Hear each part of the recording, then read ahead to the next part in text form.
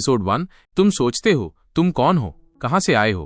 क्या तुम्हारा अस्तित्व सिर्फ इस छोटे से नीले ग्रह तक सीमित है? हा, कितनी नादान सोच है। मैं विपिन हूं और मेरा अस्तित्व, ठीक है, तुम्हें शायद इसे समझने में थोड़ी सदियां लग जाएंगी। मैं अल्फा सभ्यता से आता हूं। अल्फा यानी शुरुआत या शायद अंत। हमारी सभ्यता ने गैलेक्सी के हर रहस्य को मुट्ठी में कर लिया है। हमने मौत को हराया, बीमारियों को मिटाया और सितारों को अपनी मर्जी से नचाया। हमारे पास हर नॉलेज है, हर शक्ति है। कोई गरीबी नहीं, कोई हिंसा नहीं, कोई दुख नहीं, सिर्फ पूर्णता। और यही पूर्णता एक भयानक बीमारी बन गई। मैं इस बोरियत से जूझ रहा था। मेरे जैसे कई अल्फा थे जो अपने ही ज्ञान के पिंजरे में कैद थे। हमें एक नया उद्देश्य चाहिए था। तभी मेरी चेतना ने ब्रह्मांड में एक छोटी सी हलचल महसूस की, एक ऊर्जा जो कहीं खो गई थी, कच्ची, बेतरतीब लेकिन जिंदा। मैंने उस ऊर्जा का पीछा किया और फिर मुझे मिली तुम्हारी पृथ्वी। हाँ, तुम्हारी यही छोटी सी शोरगुल वाली, समस्याओं से भरी दुनिया। पहले तो मुझे लगा ये सिर्फ एक और अल्फा प्रयोग होगा। मैं तुम्हारी दुनिया के इतिहास को स्कैन कर रहा था, तुम्हारे युद्ध, तुम्हारी खोजें, तुम्हारी कला। और फिर मैंने तुम्हारे युवा लोगों को देखा, तुम टीनेजर्स। हा, क्या अजब प्राणी हो तुम। तुम्हारी छोटी छोटी समस्याएं, एक एग्जाम का डर, सोशल मीडिया पर लाइक न मिलने का दुख, दोस्तों से अनबन या बस आलस में डूबे रहना। मुझे हंसी भी आई और एक अजीब सी क्यूरियोसिटी भी हुई। तब मेरे दिमाग में वो आइडिया आया, मैं तुम सबको सशक्त करूंगा। तुम्हें उस बोरियत से बचाऊंगा जो हमारी सभ्यता को खोखला कर रही है। तुम्हें वो नॉलेज दूंगा जो तुम्हारे पास है पर तुम उसे इस्तेमाल करना नहीं जानते। तुम्हें सिखाऊंगा कि खुश कैसे रहना है, चाहे तुम्हारे सामने कोई भी चुनौती क्यों न हो। तुम्हारी इन छोटी समस्याओं को सुलझाकर मैं तुम्हें एक शक्तिशाली फोर्स बनाऊंगा।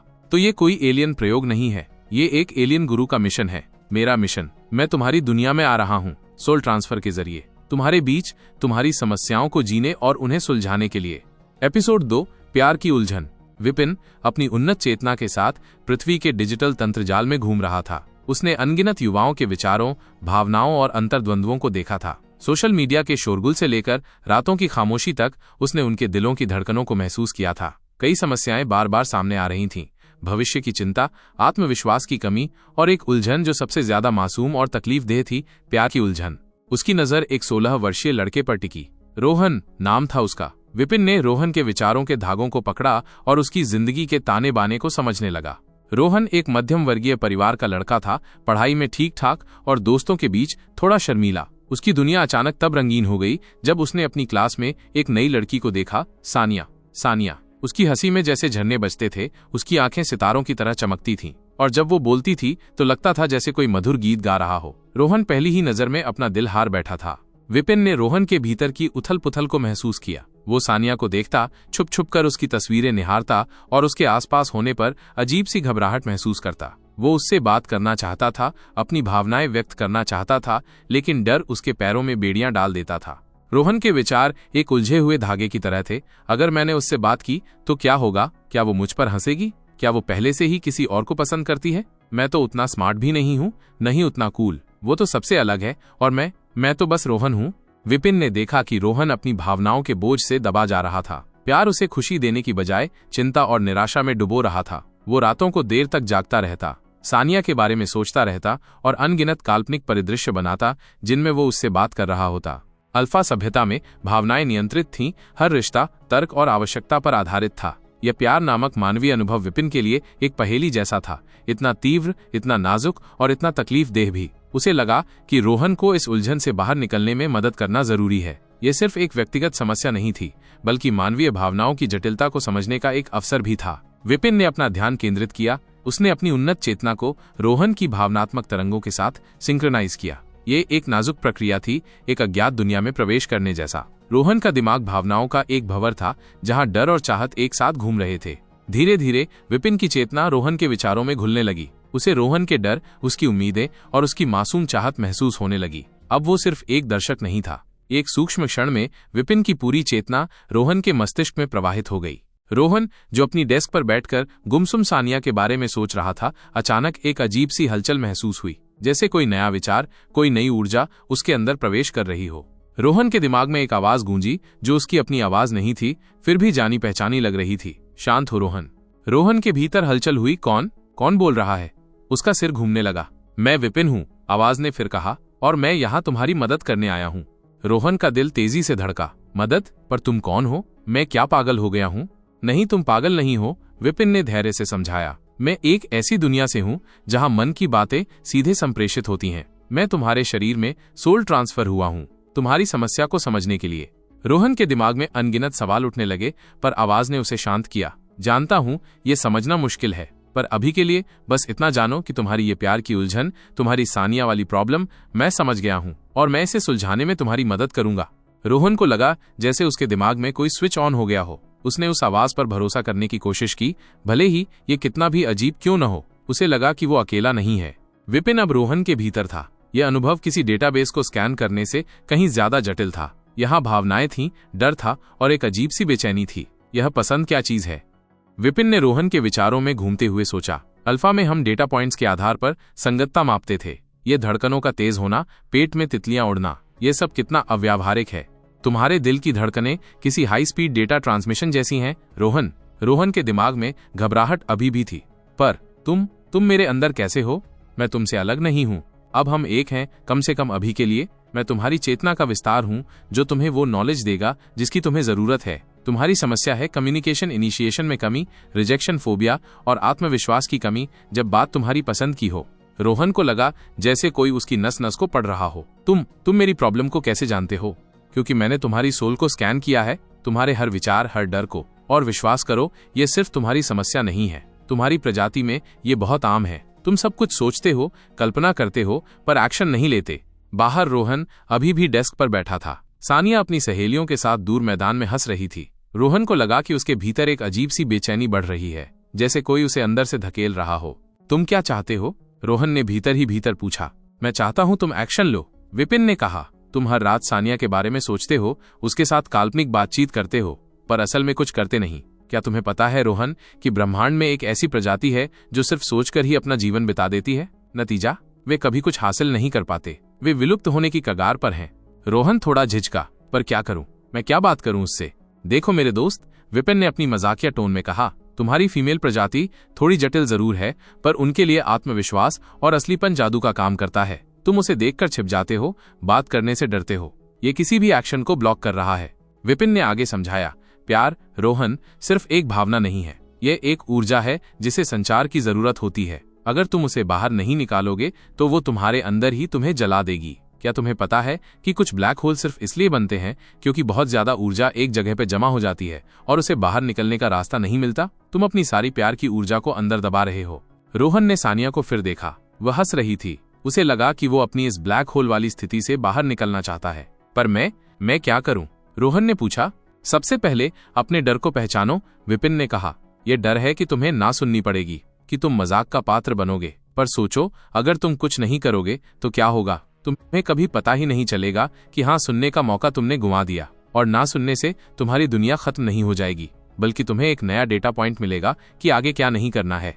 विपिन ने एक पल रोका। तो तुम्हारी पहली नॉलेज ये है, अज्ञानता से ज्यादा बड़ा डर कार्रवाई न करना है। जब तुम नहीं जानते कि क्या होगा, तब भी तुम्हें कोशिश करनी चाहिए। सबसे बुरी चीज जो हो सकती है वो ये है कि तुम कभी जान ही नहीं पाओगे कि क्या हो सकता था। रोहन ने गहरी सांस ली। विपिन ने उसे अंदर से एक ऊर्जा दी। अब उसे लगा कि वो उस ना के डर से थोड़ा कम डर रहा है। ठीक है, रोहन ने मन ही मन कहा। तो अब क्या? विपिन ने रोहन के दिमाग में एक नया प्लान तैयार किया। अब तुम उसे थोड़ी देर के लिए अनदेखा करोगे। क्या? रोहन चौंक गया। अनदेखा? क्यों? विपिन हंसा। देखो रोहन, आकर्षण का विज्ञान बड़ा अजीब है। कभी कभी उपलब्ध न होना भी उपलब्ध होने से ज्यादा आकर्षक होता है। जब तुम हमेशा उसके पीछे भागते हो तो तुम एक प्रेडिक्टेबल पैटर्न बन जाते हो। हमें थोड़ा अनप्रेडिक्टेबल होना होगा। हम उसे क्यूरियस करेंगे। पर कैसे? अगले कुछ दिनों तक हम उसे सिर्फ देखेंगे। जब वो तुम्हारी ओर देखेगी तो हम थोड़ा सा मुस्कुराएंगे, पर ज्यादा नहीं। हम अपनी दुनिया में मस्त रहेंगे। हम उसे महसूस करवाएंगे कि तुम किसी पर निर्भर नहीं हो, तुम खुद में कंप्लीट हो। ये खेल है रोहन, एक सामाजिक खेल, और हम तुम्हें इस खेल का मास्टर बनाएंगे।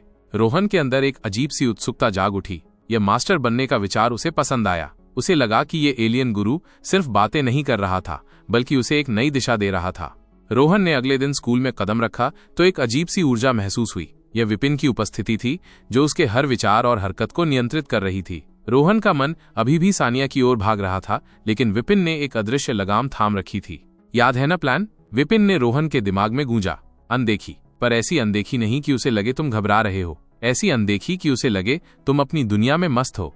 रोहन ने सानिया को कॉरिडोर में देखा। उसका दिल फिर से धड़कने लगा। लेकिन इस बार विपिन ने उसे संभाला। देखो रोहन, तुम्हारी भावनाएं एक अनियंत्रित ऊर्जा की तरह हैं। अल्फा सभ्यता में हम अपनी ऊर्जा को एक फोकस क्रिस्टल में केंद्रित करते हैं। तुम्हारी पसंद भी एक क्रिस्टल है जिसे सही दिशा देनी है। रोहन ने सानिया की तरफ हल्का सा देखा, फिर जानबूझकर अपनी नजरें हटा लीं और अपने दोस्त अमित से बात करने लगा। वो ऐसा दिखा रहा था जैसे सानिया उसके लिए मौजूद ही न हो, जबकि उसके भीतर का हर कण सानिया को महसूस कर रहा था। ये एक अजीब सा खेल था।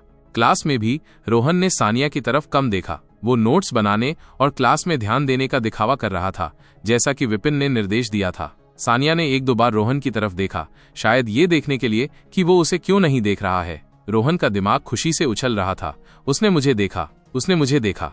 शांत रहो रॉकी, विपिन ने मजाकिया अंदाज में कहा। यह सिर्फ पहला चरण है। क्या तुम्हें पता है कि ब्रह्मांड में एक ऐसी प्रजाति है जो अपने साथियों को आकर्षित करने के लिए बिल्कुल विपरीत दिशा में देखती है? हाँ, फिर जब साथी क्यूरियस होकर पास आता है तो वो उसे अपनी अल्टीमेट डांस मूव्स दिखाते हैं। हम भी कुछ ऐसा ही कर रहे हैं, बस थोड़े कम डांस मूव्स के साथ। दोपहर के खाने के समय रोहन और अमित कैंटीन में बैठे थे। सानिया अपनी सहेलियों के साथ पास की मेज पर बैठी थी। रोहन का मन कर रहा था कि वो सानिया की तरफ देखे, पर विपिन ने उसे रोक दिया। अपनी प्लेट पर ध्यान दो, विपिन ने कहा, और अब थोड़ा शो ऑफ करते हैं।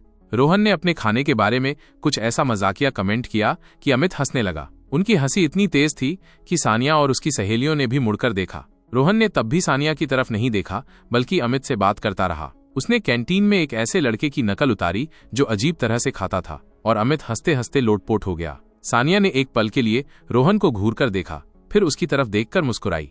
रोहन के अंदर एक अजीब सी खुशी दौड़ गई। सानिया ने उसकी तरफ देखकर मुस्कुराया था। क्या तुम्हें पता है, विपिन ने रोहन के दिमाग में कहा, कि अटेंशन एक ऐसी मुद्रा है जो हर सभ्यता में काम करती है। जब तुम इसे किसी को सीधे सीधे नहीं देते तो वे इसे हासिल करने के लिए और ज्यादा उत्सुक हो जाते हैं। यह मानवीय मनोविज्ञान का एक मूलभूत नियम है। तुम्हारा अनोखा व्यवहार उसे सोचने पर मजबूर कर रहा है। विपिन ने रोहन के दिमाग में एक और नॉलेज स्थापित की। मानवीय संबंध एक ऊर्जा विनिमय है। जब तुम अपनी ऊर्जा को किसी एक व्यक्ति पर पूरी तरह केंद्रित कर देते हो तो तुम अपनी अहमियत खो देते हो। अपनी ऊर्जा को संतुलित रखो, खुद में खुश रहो, और लोग तुम्हारी ओर स्वाभाविक रूप से आकर्षित होंगे। अवेलेबिलिटी का खेल समझो मेरे दोस्त। हमेशा उपलब्ध रहने वाला कभी मूल्यवान नहीं होता। 2 दिन ऐसे ही बीते। रोहन ने अपनी पूरी कोशिश की कि वो विपिन के निर्देशों का पालन करे। सानिया कभी कभी उसकी तरफ देखती, पर रोहन ध्यान देने का दिखावा करता। सानिया के चेहरे पर थोड़ी उलझन दिख रही थी। रोहन के लिए ये अनदेखी का खेल खेलना आसान नहीं था। उसका हर अंग सानिया की तरफ देखना चाहता था, उससे बात करना चाहता था, पर विपिन ने उसे अंदर से थाम रखा था। सानिया की उलझन भरी नजरें रोहन को थोड़ी संतुष्टि दे रही थीं, पर साथ ही उसे बेचैनी भी हो रही थी। बस थोड़ा और रोहन, विपिन ने उसके दिमाग में कहा। मनुष्य की उत्सुकता एक शक्तिशाली ऊर्जा है। इसे जगाओ और लोग तुम्हारी ओर खींचे चले आएंगे। तुम उसकी अटेंशन को एक फ्रीक्वेंसी पर सेट कर रहे हो, और अब वो उस फ्रीक्वेंसी को मैच करने की कोशिश करेगी। अगले दिन स्कूल के बाद रोहन अपनी साइकिल से घर जा रहा था। तभी उसने देखा कि सानिया भी अपने घर की तरफ जा रही है, जो उसके रास्ते में ही पड़ता था। रोहन का दिल फिर तेज धड़का। यही मौका है, विपिन ने कहा, पर याद रखना रॉकी, ज्यादा एक्साइटेड नहीं होना है। कैजुअल पर इंटरेस्टिंग। रोहन ने अपनी साइकिल थोड़ी तेज की और सानिया के पास पहुंचा। हे सानिया, रोहन ने मुस्कुराते हुए कहा। उसकी आवाज में वो आत्मविश्वास था जो पहले कभी नहीं था। ये विपिन का कमाल था। सानिया थोड़ी हैरान हुई। अरे रोहन, तुम? उसकी आवाज में एक हल्की सी जिज्ञासा थी। हाँ मैं, रोहन ने कहा। तुम कहाँ जा रही हो? घर ही जा रही हो ना? हाँ बस घर ही, सानिया ने जवाब दिया। उसकी आंखों में एक सवाल था कि रोहन अचानक इतना दोस्ताना क्यों हो गया है। अच्छा, रोहन, विपिन के निर्देश पर ने कहा। मैं सोच रहा था कि तुम शायद आज लाइब्रेरी जा रही होगी। सुना है वहां आज किसी एलियन की नई किताब आई है जो प्यार को मैथ्स के फॉर्मूले से समझाती है। सानिया हंस पड़ी। क्या तुम भी ना? नहीं, मैं घर ही जा रही हूँ। ठीक है, रोहन ने कंधे उचकाए। मुझे लगा शायद तुम्हारा भी लव कैलकुलेशन में इंटरेस्ट होगा। वैसे क्या तुम्हें पता है कि ब्रह्मांड में एक ऐसा ग्रह है जहाँ के लोग सिर्फ हंसकर ही एक दूसरे से शादी कर लेते हैं? हाँ, कोई ड्रामा नहीं, कोई रूठना मनाना नहीं, बस एक जोरदार ठहाका और डील डन। सानिया की हंसी और तेज हो गई। नहीं, ये तो मुझे नहीं पता था। तुम ऐसी बातें कहाँ से लाते हो? बस ऐसे ही, रोहन ने कहा। उसकी आंखों में एक हल्की सी चमक थी। कुछ नॉलेज तो होनी चाहिए है ना? चलो, मुझे दूसरी तरफ मुड़ना है, फिर मिलते हैं। और इतना कहकर रोहन ने अपनी साइकिल मोड़ ली और दूसरी गली में चला गया, बिना पीछे मुड़े देखे। सानिया वहीं खड़ी उसे जाते हुए देखती रही। उसके चेहरे पर एक उलझी हुई मुस्कान थी। ये क्या था? रोहन का दिमाग चिल्लाया। मैंने उसे अकेले क्यों छोड़ दिया? मुझे उससे और बात करनी चाहिए थी। शांत रहो रोहन, विपिन ने कहा। तुमने वही किया जो जरूरी था। तुमने उसे अटेंशन दी पर फिर उसे भूख भी महसूस कराई। अधिकता से ज्यादा कम चीजें ज्यादा मूल्यवान होती हैं। ये मानवीय साइकोलॉजी का एक और नियम है। अब वो तुम्हारे बारे में सोचेगी, तुम्हारी बातों के बारे में सोचेगी। तुमने एक क्यूरियोसिटी लूप बना दिया है। विपिन ने रोहन के दिमाग में एक और नॉलेज डाली। किसी भी रिश्ते की शुरुआत में स्पेस और जिज्ञासा बहुत जरूरी है। हमेशा उपलब्ध रहना या हर बात तुरंत बता देना सामने वाले की दिलचस्पी खत्म कर सकता है। थोड़ा रहस्य बनाए रखो, अपनी दुनिया में भी व्यस्त रहो। इससे तुम्हारी अहमियत बढ़ती है और दूसरा व्यक्ति तुम्हें जानने के लिए और ज्यादा उत्सुक होता है। याद रखो, हर कनेक्शन को सांस लेने के लिए जगह चाहिए। अगले कुछ दिनों तक सानिया ने रोहन को कई बार देखा, उसकी क्लास में, कैंटीन में, और हर बार रोहन उसे देखकर मुस्कुराता पर फिर अपनी दुनिया में मगन हो जाता। सानिया के दोस्त भी आपस में फुसफुसाते कि रोहन को क्या हो गया है। सानिया के चेहरे पर अब सिर्फ उलझन नहीं बल्कि हल्की सी उत्सुकता भी दिखाई देने लगी थी। विपिन का प्लान काम कर रहा था। रोहन के लिए अनदेखी का ये खेल अब एक आदत बनता जा रहा था। विपिन के निर्देश पर उसने खुद को अपने दूसरे कामों में व्यस्त दिखाना शुरू कर दिया था। पढ़ाई, दोस्तों के साथ गेम्स और कभी कभी लाइब्रेरी में अजीबोगरीब किताबों को पलटना। सानिया ने इस बदलाव को नोटिस किया था। उसकी उलझन अब एक स्पष्ट जिज्ञासा में बदल चुकी थी। देखो रोहन, विपिन ने उसके दिमाग में कहा, मानवीय मस्तिष्क, खासकर युवा मस्तिष्क, अनसुलझी पहेलियों को पसंद करता है। तुमने एक पहेली बन गए हो, अब वो तुम्हें सुलझाना चाहेगी। और विपिन सही था। अगले दिन लंच ब्रेक में जब रोहन अपने दोस्तों के साथ हंसी मजाक कर रहा था, सानिया अचानक उनकी मेज के पास आई। रोहन, उसने कहा, उसकी आवाज में थोड़ी झिझक और थोड़ी उत्सुकता थी, क्या तुम आज स्कूल के बाद मैथ्स के कुछ सवाल में मदद कर सकते हो? मुझे एक कॉन्सेप्ट समझ नहीं आ रहा। रोहन का दिल उछल पड़ा। ये सानिया की तरफ से पहली पहल थी। वो तुरंत हाँ कहने वाला था पर विपिन ने उसे रोक दिया। नहीं रोहन, विपिन ने उसके दिमाग में फुसफुसाया, इतनी आसानी से नहीं, थोड़ी कीमत चुकानी पड़ेगी। क्या तुम्हें पता है कि अल्फा सभ्यता में हम ज्ञान कभी मुफ्त में नहीं देते? हमें ऊर्जा का संतुलन बनाए रखना होता है। थोड़ी मुश्किल पैदा करो ताकि उसे इसकी कद्र हो। रोहन ने सानिया की तरफ देखा और एक पल के लिए रुक गया। मैथ्स के सवाल? उसने थोड़ा सोचते हुए कहा, आज तो मुश्किल है सानिया, मुझे अपने स्पोर्ट्स क्लब के लिए प्रैक्टिस करनी है और फिर मुझे एक नए गेम के कुछ लेवल पार करने हैं। सानिया थोड़ी निराश दिखी। ओह ठीक है, वो मुड़ने लगी। पर सुनो रोहन, विपिन के निर्देश पर ने फिर कहा, कल शाम को 5 बजे लाइब्रेरी में मिल सकते हैं? क्या तुम्हें पता है कि लाइब्रेरी में बैठने से तुम्हारे दिमाग की ज्ञान ग्रहण क्षमता 30% बढ़ जाती है? और अगर साथ में कोई एलियन गुरु हो तो 300%। रोहन मुस्कुराया। सानिया की आंखों में फिर से चमक आ गई। वो हंस पड़ी। ठीक है पागल, कल 5 बजे। और वो मुस्कुराती हुई चली गई। रोहन का दिमाग खुशी से नाच रहा था। मैंने हाँ भी कहा पर ना भी कहा, यह कमाल है। हाँ रोहन, विपिन ने कहा, तुम सीख रहे हो। तुमने उसे इंतजार करवाया, तुमने उसे महसूस करवाया कि तुम हमेशा उपलब्ध नहीं हो। इससे तुम्हारी वैल्यू बढ़ गई है। क्या तुम्हें पता है रोहन कि ब्रह्मांड में सबसे महंगे हीरो में से एक, क्वानजाइट, सिर्फ इसलिए महंगा है क्योंकि वो मुश्किल से मिलता है। उसे आसानी से मिलने वाला मत बनाओ। विपिन ने रोहन के दिमाग में एक और नॉलेज स्थापित की। तुम्हारी उपलब्धता, अवेलेबिलिटी, तुम्हारी अहमियत, वैल्यू तय करती है। जो चीजें आसानी से मिलती हैं, लोग अक्सर उनकी कद्र नहीं करते। अपनी उपलब्धता को नियंत्रित करो। व्यस्त रहो, अपने लक्ष्य और अपने शौक रखो। जब तुम खुद में व्यस्त होते हो तो तुम न केवल अधिक मूल्यवान लगते हो बल्कि तुम वास्तव में अधिक मूल्यवान बन जाते हो। यह दुर्लभता का सिद्धांत, प्रिंसिपल ऑफ स्कैरसिटी है मेरे दोस्त। शाम को रोहन अपने कमरे में बैठा था, लाइब्रेरी में कल की मुलाकात के बारे में सोच रहा था। ये एक छोटी सी बात थी पर उसके लिए बहुत बड़ी। विपिन उसके भीतर मुस्कुरा रहा था। रोहन अब केवल प्यार की उलझन में फंसा एक शर्मीला लड़का नहीं था। वो एक ऐसे खेल का हिस्सा बन चुका था जहां वो अपनी शर्तों पर खेल रहा था। रोहन के पेट में अजीब सी हलचल हो रही थी। लाइब्रेरी पहुंचते ही उसने सानिया को देखा जो पहले से बैठी थी। उसके चेहरे पर एक हल्की मुस्कान थी, जैसे उसे यकीन न हो कि रोहन सच में आएगा। तुम आ गए? मुझे लगा तुम शायद कहीं खो गए, सानिया ने चहकते हुए कहा। उसकी आंखों में मजाक था। हाँ, करीब करीब, रोहन, जिसके भीतर विपिन ने आत्मविश्वास भर दिया था, ने कहा। पर मैं अपना वादा निभाता हूँ, खासकर जब बात किसी मुश्किल सवाल को सुलझाने की हो। तो बताओ, कौन सा मैथ्स का कॉन्सेप्ट है जिसने तुम्हारी नींद उड़ा रखी है? सानिया हंस पड़ी। तुम भी ना? ये साइन, कॉज, टैन मेरे दिमाग से ऊपर जा रहे हैं। मुझे समझ नहीं आता इनका फायदा क्या है। विपिन ने अंदर से मुस्कुराया। उसने रोहन को धीरे धीरे समझाना शुरू किया। उसने मुश्किल से मुश्किल कॉन्सेप्ट को ऐसे सरल उदाहरणों से समझाया कि सानिया हैरान रह गई। वो अक्सर बीच बीच में रुककर सानिया से ही सवाल पूछ रहा था ताकि उसे लगे कि वो खुद समझ रही है। देखो सानिया, रोहन ने एक सवाल समझाते हुए कहा, ट्रिगोनोमेट्री सिर्फ एंगल्स और साइड्स के बारे में नहीं है, ये संबंधों के बारे में है। जैसे साइन तुम्हें बताता है कि ऊंचाई और तिरछी रेखा में क्या संबंध है, ये तुम्हें दिखाता है कि एक चीज दूसरी से कैसे जुड़ी है। भले ही तुम उसे सीधे न देख पाओ। ठीक वैसे ही जैसे कभी कभी दो लोग एक दूसरे को देखते हैं पर सीधे सीधे बात नहीं करते, पर उनके बीच एक संबंध होता है जिसे सिर्फ सही एंगल से ही देखा जा सकता है। सानिया की नजरें रोहन पर टिक गईं।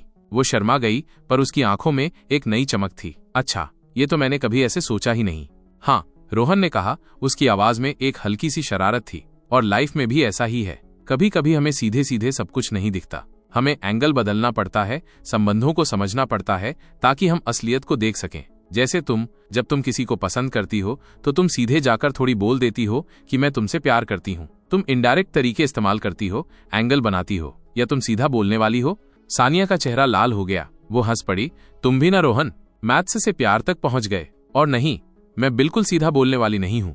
देखा, हर चीज जुड़ी हुई है, रोहन ने मुस्कुराते हुए कहा। और जब तुम किसी चीज को लेकर क्लियर नहीं होते तो तुम उलझ जाते हो, चाहे वो मैथ्स का सवाल हो या दिल का मामला। तो अपनी मैथ्स की प्रॉब्लम को सुलझाओ, शायद तुम्हारे दिल की प्रॉब्लम भी सुलझ जाए। विपिन ने रोहन के दिमाग में एक और नॉलेज स्थापित की। किसी भी समस्या का समाधान सिर्फ उसके किताबी ज्ञान में नहीं होता, बल्कि उसे देखने के नजरिए में होता है। जीवन के जटिल समीकरणों को सुलझाने के लिए तुम्हें ट्रिगोनोमेट्री की तरह संबंधों को समझना होगा, एंगल्स बदलने होंगे। जब तुम किसी को पसंद करते हो तो पहले खुद को समझो, फिर उस व्यक्ति को, और फिर अपने संबंध की सीमाओं को। ये एक ऐसा गणित है जो फॉर्मूला लगाने से ज्यादा समझदारी से चलता है।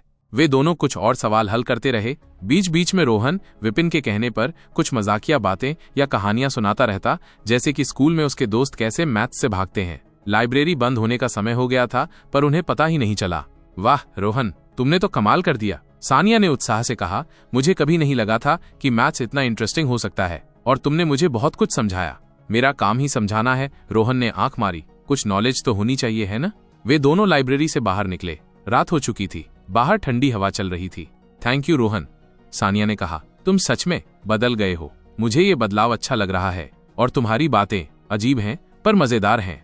रोहन ने मुस्कुराया। ये एक जीत थी। विपिन के निर्देश पर उसने बस मुस्कुराया और कहा, अभी तो शुरुआत है, अभी और भी बहुत कुछ बाकी है सीखने को। तुम बस अपनी उत्सुकता बनाए रखना। और हाँ, अगर तुम्हें अजीब चीजें पसंद हैं तो तुम्हें मेरे साथ और भी मजा आएगा।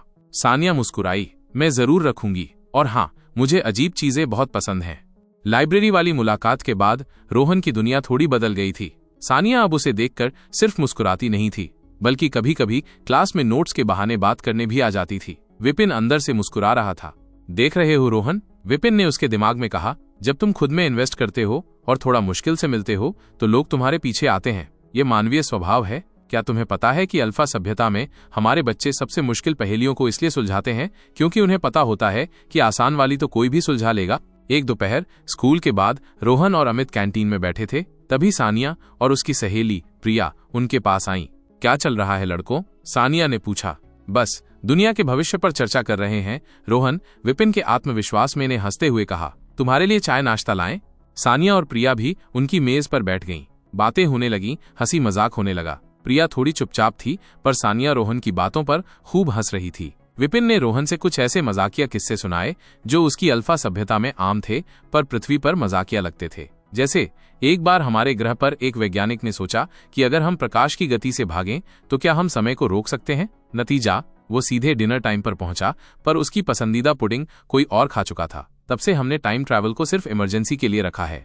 सब हंसने लगे। सानिया ने रोहन की तरफ देखा, उसकी आंखों में चमक थी। तुम सच में बहुत मजेदार हो रोहन। पहले तो मुझे लगा तुम बहुत सीधे साधे हो, पर अब क्या? रोहन ने शरारत से पूछा। अब तुम थोड़े अजीब हो, सानिया ने हंसते हुए कहा। अच्छे वाले अजीब, विपिन ने अंदर से कहा। देखा रोहन, अजीब होना बुरा नहीं है अगर तुम उसे सही तरीके से इस्तेमाल करो। भीड़ में सब एक जैसे होते हैं, तुम्हें अलग होना है। बातचीत के दौरान सानिया ने बताया कि उसके नए ट्यूटर के साथ कुछ समस्या आ रही है और वो मैथ्स में थोड़ी परेशान है। रोहन ने तुरंत मदद की पेशकश नहीं की, बल्कि सोचा हुआ चेहरा बनाया।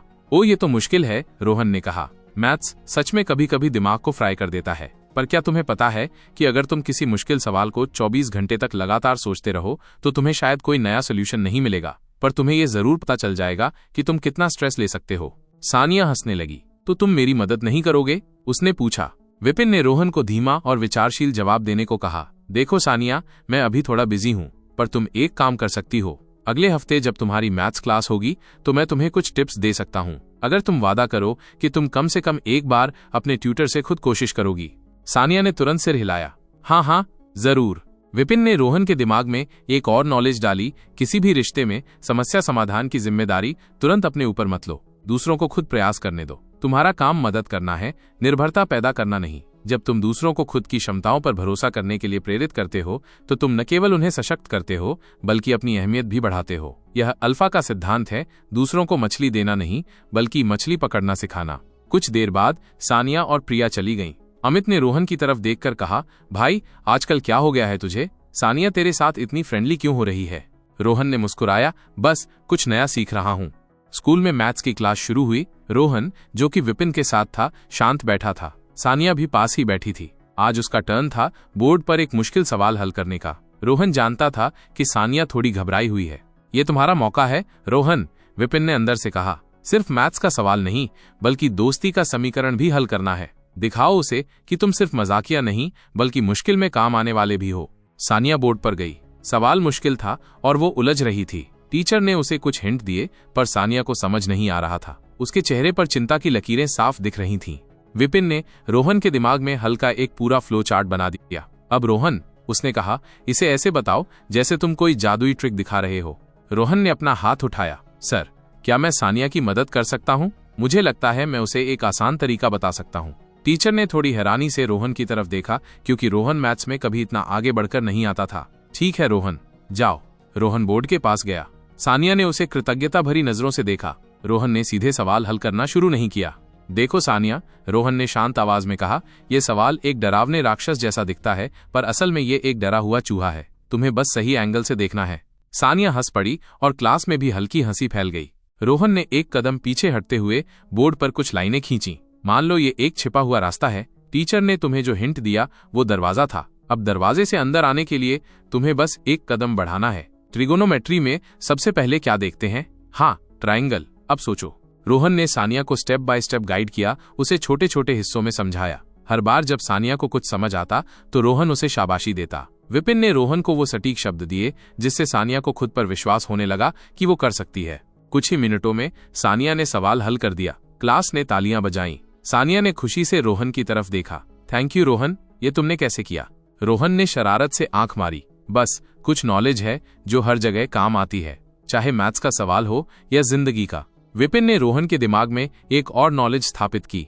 जब तुम किसी की समस्या को हल करते हो तो सिर्फ समाधान मत दो, उसे क्षमता महसूस करवाओ। किसी को सीधे मछली देने के बजाय उसे मछली पकड़ना सिखाओ। दूसरों को सशक्त करना ही तुम्हें सच्चा गुरु बनाता है। और हाँ, अपनी मदद को थोड़ा मजाकिया और यादगार बनाओ ताकि लोग तुम्हें याद रखें।